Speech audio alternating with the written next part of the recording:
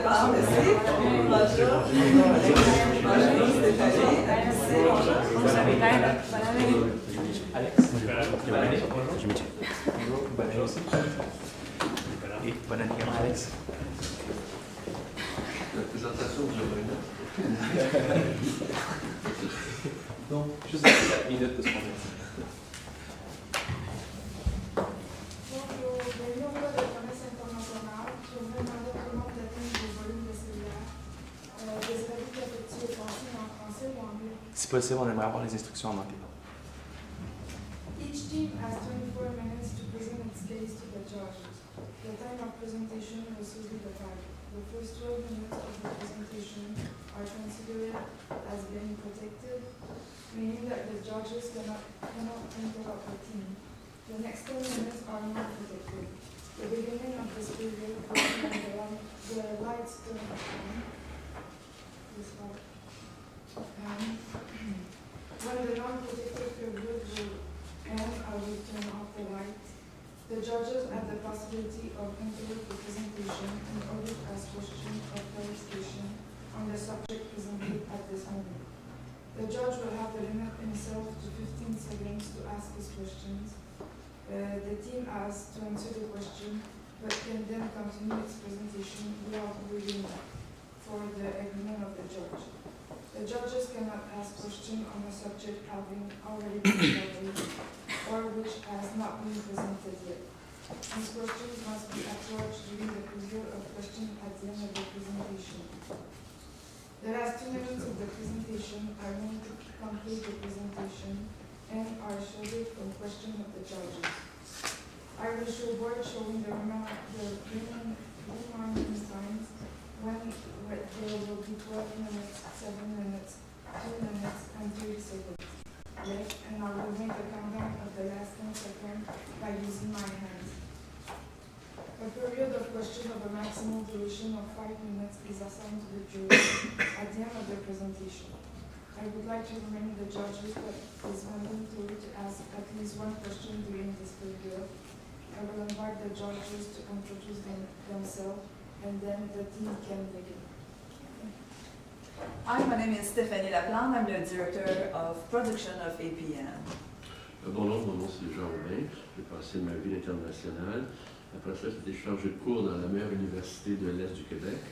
J'ai enseigné la gestion internationale, la finance et le management. Hi, Stéphane Agnard, R&D Director at APN. Joël Lessard, Director of Continuous Improvement. Nicolas Gagnon, Business Development Manager at Expo.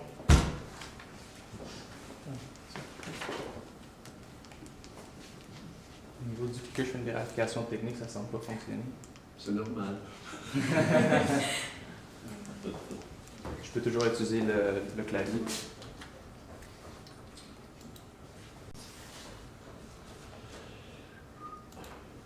OK.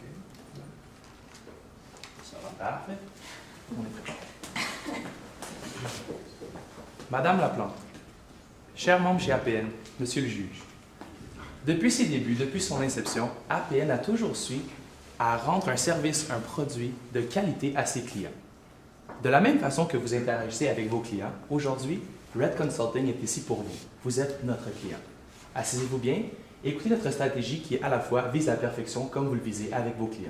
Mon nom est Alexandre Maisonneuve et en compagnie de Gabriel Eduardo Maldonado et Diana Koselova, nous vous présentons aujourd'hui une stratégie pour APN pour vous permettre de grandir à votre plein potentiel.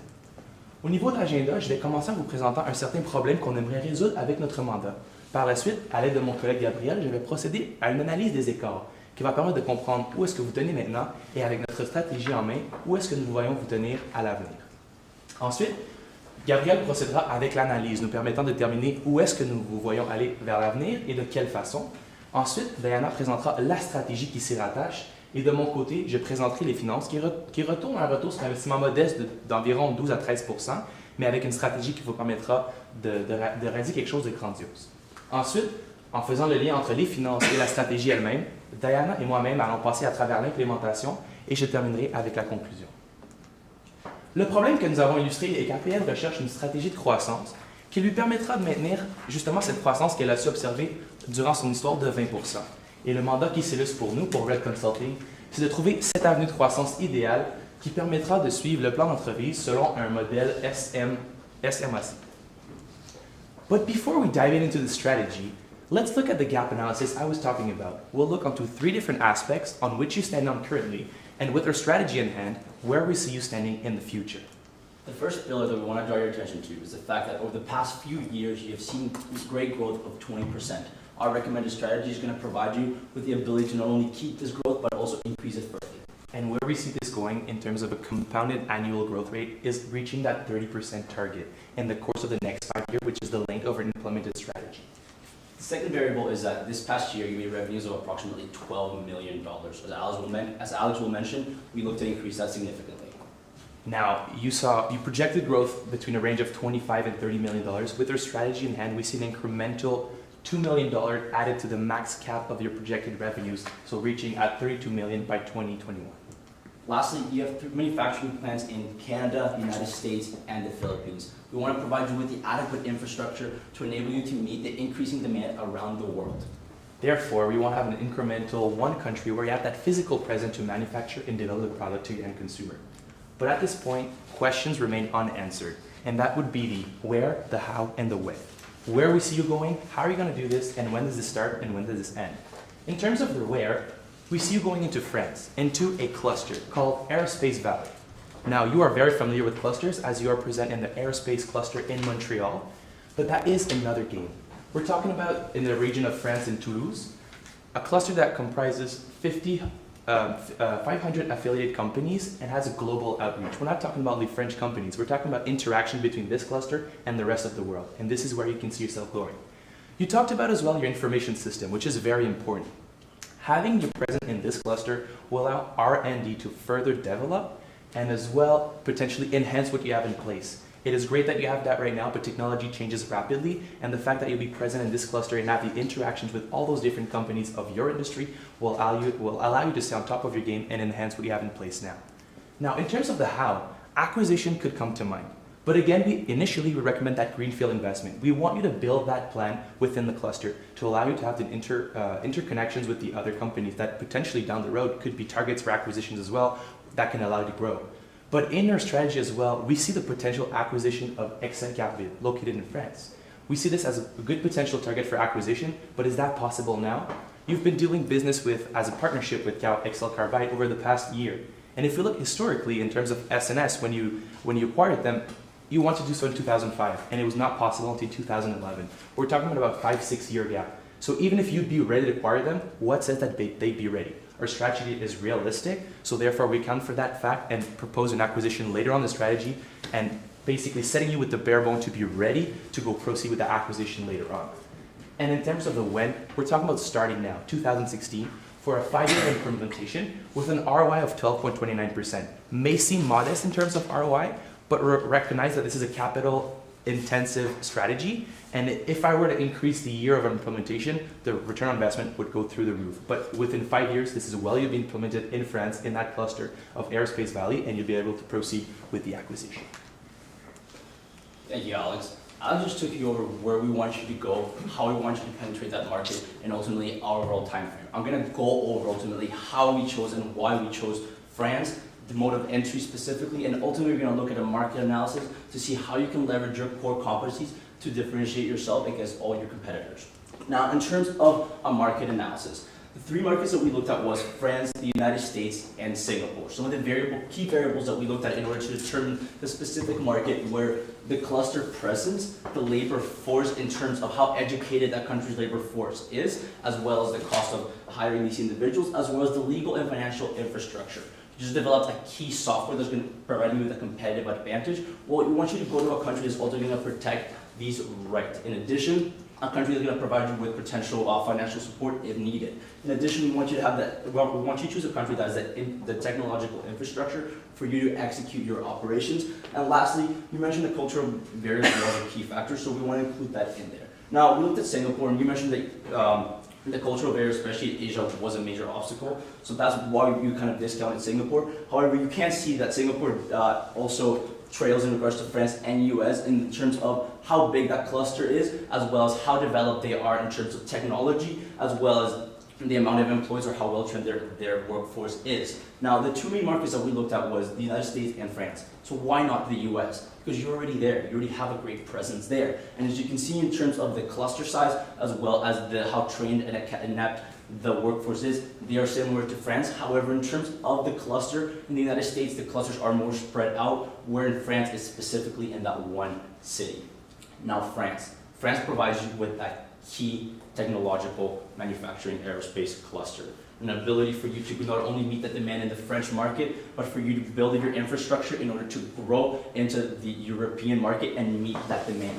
In addition, you're not going to have any issue hiring the key people with to be able to execute this strategy, given that the French populace and the workforce are well-trained, well-educated, and have that experience for you to differentiate yourself, because this is all about customer service. In regards to culture barriers, first of all, your partner, Excel, is already there. In addition, the culture difference between France and Quebec are lower in terms of comparison to Singapore and the United States. Moving forward, in terms of the specific mode of entry, we looked at two, an acquisition and a greenfield. As Alex mentioned, our strategy kind of goes with both, but the first aspect is the greenfield. Why? We wanted you to ultimately set up your manufacturing capabilities here to provide you, again, with that infrastructure for you to move forward and ultimately at the end being able to acquire Excel in the long term. Now, in terms of cost, both of these strategies are very high cost. Acquiring a potential competitor or starting from your beginning is going to be costly. However, you starting from your own and building your own manufacturing plant is going to allow you to build it specifically the way you want it, with the key machinery and the key people, allowing you to again focus on your manufacturing capabilities, which is one of your core competencies. In terms of control, it's going to provide you with the utmost control because you're starting from the beginning. And in terms of potential return, it's very similar in regards to both of them, but ultimately greenfield will give you the greatest return in the long term. Now, we want you to take a quick look at some of these key variables. Move forward, please. One more. There you go. Other way. Perfect. One more. There you go. Technology. In regards to market analysis, we're able to determine that these are the key variables that your clientele looks at when deciding on a specific supplier to go with. They want to look at how competitive the prices are, the quality of the product, the customability that you're able to provide to them, and also how fast of a turnaround in customer service you provide. You currently have this right now.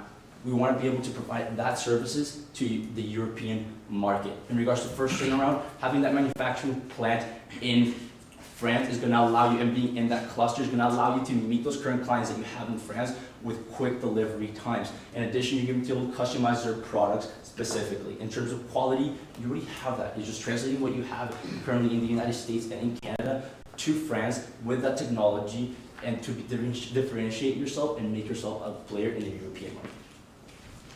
Much like APN, for Red Consulting, perfection is key. And that's why we're here today. We're here today to provide you with a strategy that allows you to be perfect. Going forward, we have really examined the key activities in your company, and we've identified 4 major aspects that our strategy is going to be touching upon. So we're going to be taking you through your operations, the technology, marketing and sales, and human resources. First, we're going to look at operations. So obviously going into a new country is huge, and the operations of your company are going to be affected. What we want to do, as my colleagues mentioned, is really leverage that partnership that you already have in that market.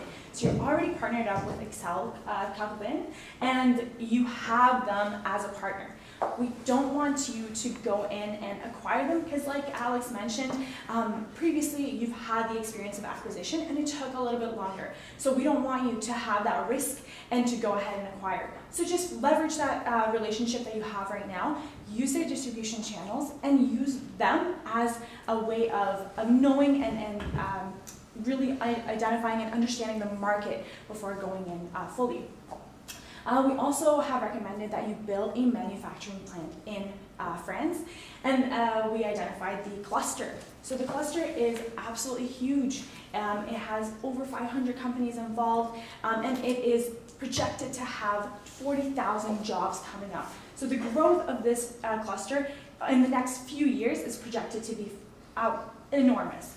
And that's why we stand really strongly behind the fact of going and actually having a manufacturing plant in there. This is going to be essential for you when the demand increases and you have to supply the parts to all these very, very large airplane companies in Europe. In the operation part as well, we identified that you have an ERP system working for you. So just including the France operations in that ERP system, making sure that you have full control of everything that's going on in your operations is going to be a very key part going forward. So essentially, what we concluded is that this new plant, this new manufacturing plant, is just going to give you efficiency. Efficiency in the operations of your company, in the manufacturing that you do, and essentially provide you an increase in sales and value. Question. Yes. I understand the leverage that we can get regarding the efficiencies going greenfield, okay? But don't you see a benefit to go acquisition and benefit from the customer base the company we may acquire may have? Absolutely. I think that's a great question. And I think in terms of acquisition, we just recognize that it takes time for you to build that partnership and create that acquisition. Moving forward, this is exactly what we want to do. We just want to provide you with the right backbone infrastructure that when you move forward with that acquisition of whichever company it may be, we recommend Excel Carbide. But again, moving to the cluster may provide some new opportunities, but basically providing you with the backbone, moving forward in our strategy and implementation, going ahead with the acquisition. But you need to have that backbone set up before as you proceed with looking into an acquisition target. So looking at your technology, you identified to us that your software that you've developed is a large part of the revenues that are coming in now, and we definitely do not want to just disregard that. What we want to recommend is the continuous research and development towards that software, and this is going to be done through a very creative way, think tanks. So having these done internally with your employees, we recommend a semi-annual meeting and having them have a voice in the innovation that the software might be taken on. So we've identified that this industry and this software has a lot of potential to grow, and because of this, we recommend that you do these meetings on a semi-annual basis so that your software is not outdated. It's always innovative. It's always got that cutting-edge technology, and this essentially gives you value. This gives you value going forward in France as well, because you'll be taking this software and providing it internally. What we also recommend is potentially doing external discussions with indirect and direct non-competitors. As a consulting team, we talked about releasing this software, and we do not recommend it just because it's something that you hold so close to you, and it has a lot of intellectual property. So right now, you're developing it, and it can get stronger and stronger. So keep it internally for now, and down the line, if you do want to sell it, that's totally okay. But in the strategy that we're proposing, just keep it growing and put a lot of emphasis on research and development. So essentially, the key takeaway here is that the innovation, again, increases your efficiency in production in manufacturing.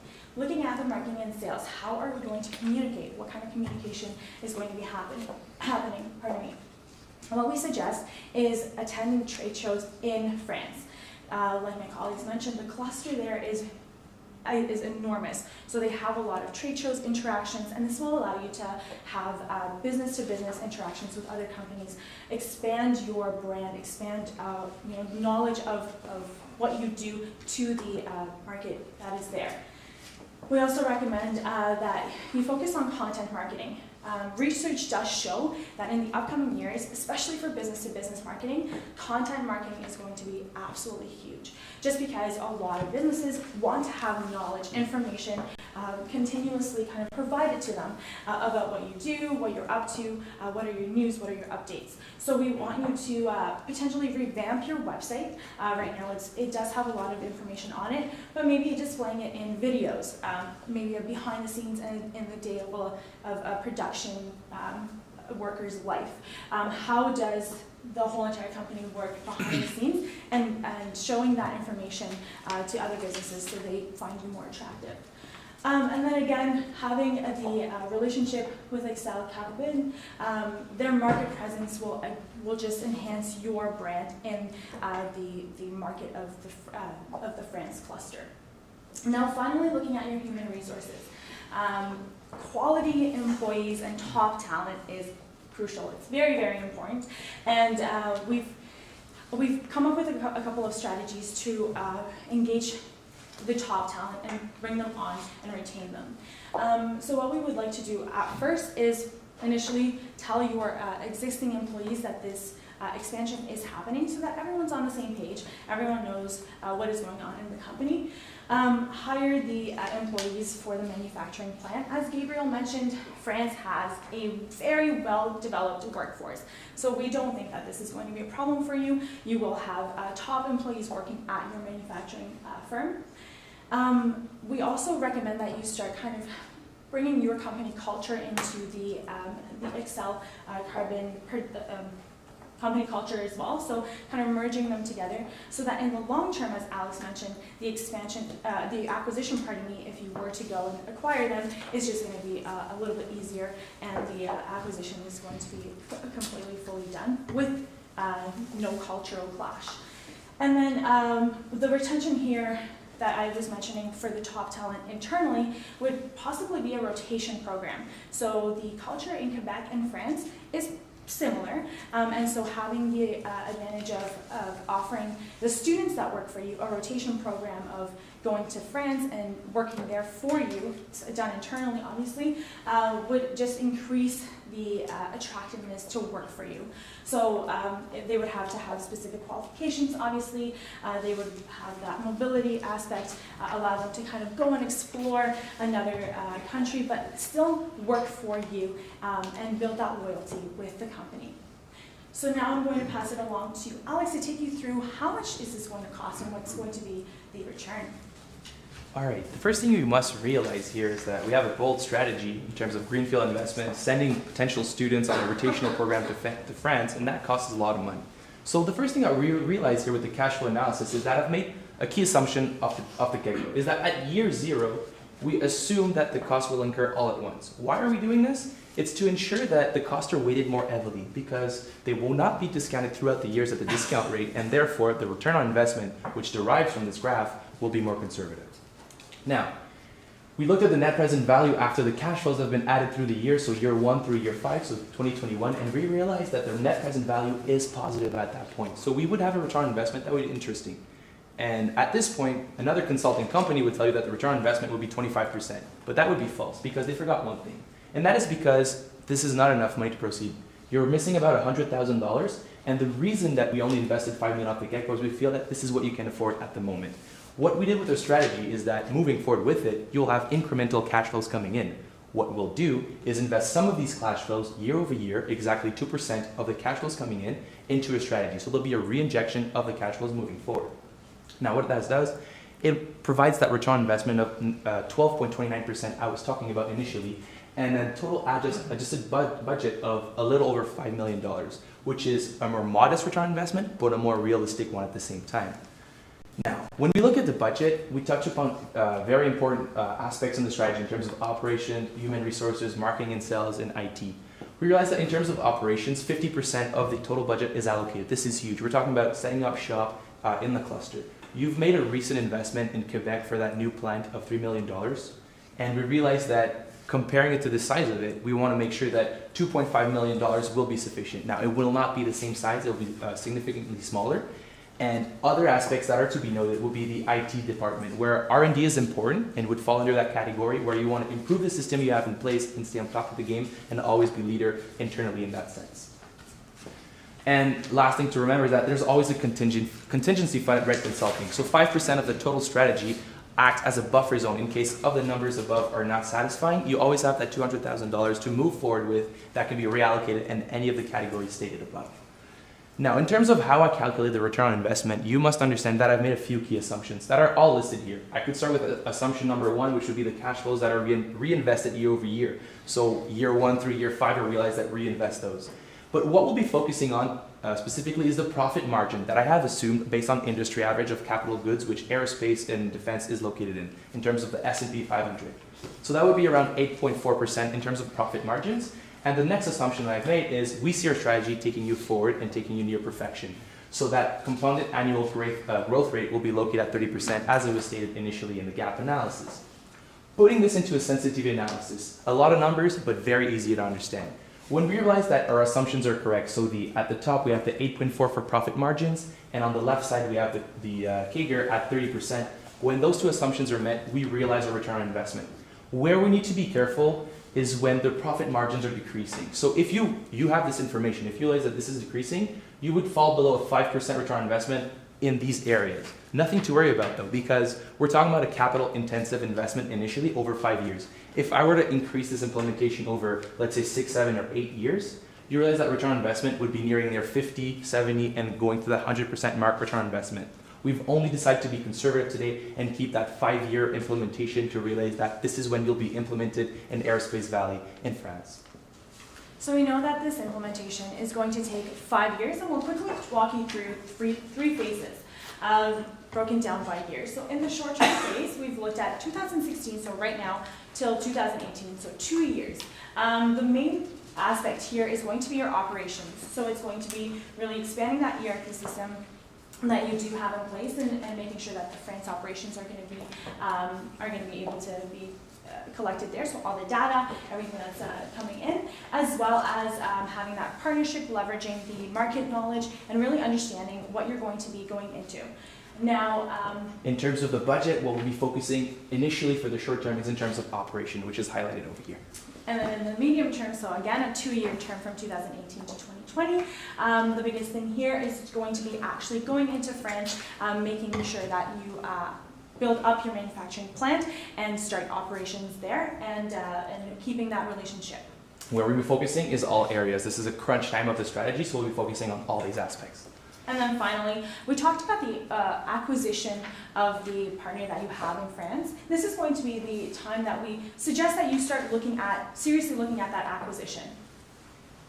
And again, operations throughout the strategy will be draining a lot of the money, as it's weighed at 50% of the overall cost. But again, remember that the contingency fund is always there in case of cash flow outstanding.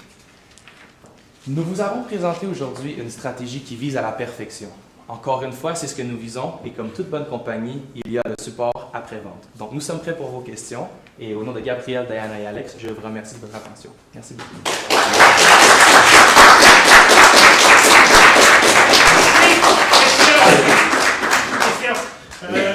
I saw $12 million. Monsieur Gagnon, je vais poser la question. Okay, go on. Une question un petit peu difficile, elle est simple, mais je vais expliquer après. C'est comment pouvez-vous arriver à justifier que APS ne doivent pas cibler le marché américain? C'est tellement simple, c'est que les bases de ça, c'est que nous sommes, les États-Unis, c'est le principal partenaire commercial du Canada à hauteur d'environ 85% des exportations. Les Américains, ce qu'ils exportent le plus, c'est le domaine aéronautique et militaire, c'est au premier chef de leurs exportations dans le monde entier. La technologie est là, et en plus, APN a déjà 2 filiales à San Diego, Californie. Faire affaire en France, c'est difficile au point de départ. Et en plus, moi je comprends, c'est Airbus qui est à Toulouse, et puis la compagnie fait affaire avec Pratt & Whitney, puis San Diego, c'est plus probable. Ben c'est ça, c'est comment justifier le fait de ne pas prioriser absolument le marché américain pour ne pas tabler sur les deux. Parfait. Ben, c'est une excellente question, et c'est définitivement quelque chose qu'on a pris en considération. Encore une fois, la stratégie aujourd'hui de Red Consulting visait la perfection. Et nous avons réalisé que vous avez déjà entré dans ce marché au niveau de l'Amérique avec l'acquisition de SNS. Et c'est surtout au niveau, vous avez Aerospace et vous avez également Défense. Donc c'est surtout au niveau de la défense que vous avez rentré. Nous voulons prendre l'appel au niveau supérieur. Vous avez déjà entré dans ce marché, vous avez déjà les pieds mouillés avec le marché américain. En termes de la France, vous avez la distribution qui se fait à travers de Excel Carbide, mais nous voulons un niveau supérieur. Nous voulons justement recréer ce que vous avez commencé au marché des États-Unis et que l'on assume qu'il va continuer avec la belle acquisition que vous avez faite, les acquisitions en fait, mais recréer ce modèle en termes de l'Europe, qui représente un grand marché également, et au terme de la France, qui est exactement un bon marché en termes de connexion culturelle. Parlons de la France. Je lis des revenus en 2015. J'ai de la misère à voir les revenus projetés pour l'opération en France lorsqu'on parle d'un budget quand même assez élevé. Quels sont les revenus que vous que vous envisagez en France avec 5,1 millions de budget d'opération. Are you Absolument. okay with the French? Est-ce que je peux traduire les English, questions? French, as you go. Je vais juste traduire la question, puis on va. So he's asking, corrigez-moi si je retrouve la question. So he's asking that what kind of like revenues are you expecting with a $5 million investment? We're starting at 12 million. How do you see this going forward in terms of revenue? Et c'est une très bonne question, je vais la répondre parce que c'est moi qui donc c'est vraiment une bonne question. Et nous voyons qu'à l'instant, si on parle de 12 millions de revenus, est-ce que ça vient d'une hypothèse que nous avons faite au niveau du Compounded Annual Growth Rate, que vous avez estimé historiquement à 20% et que nous voulons amener à un niveau supérieur à 30%.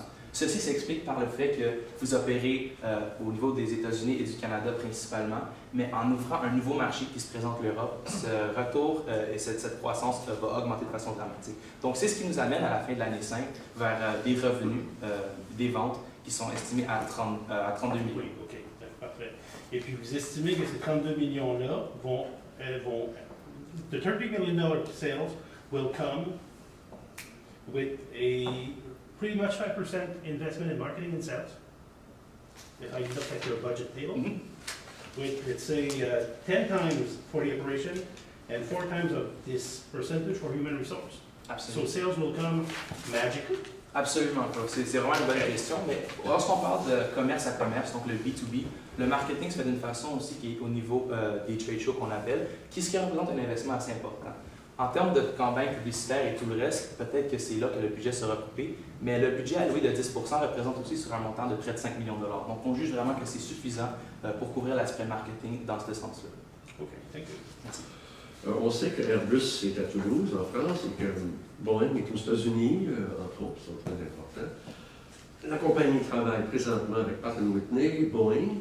Comment Pratt & Whitney ou Boeing peuvent réagir au moment où la même entreprise va traiter avec Airbus et avec eux?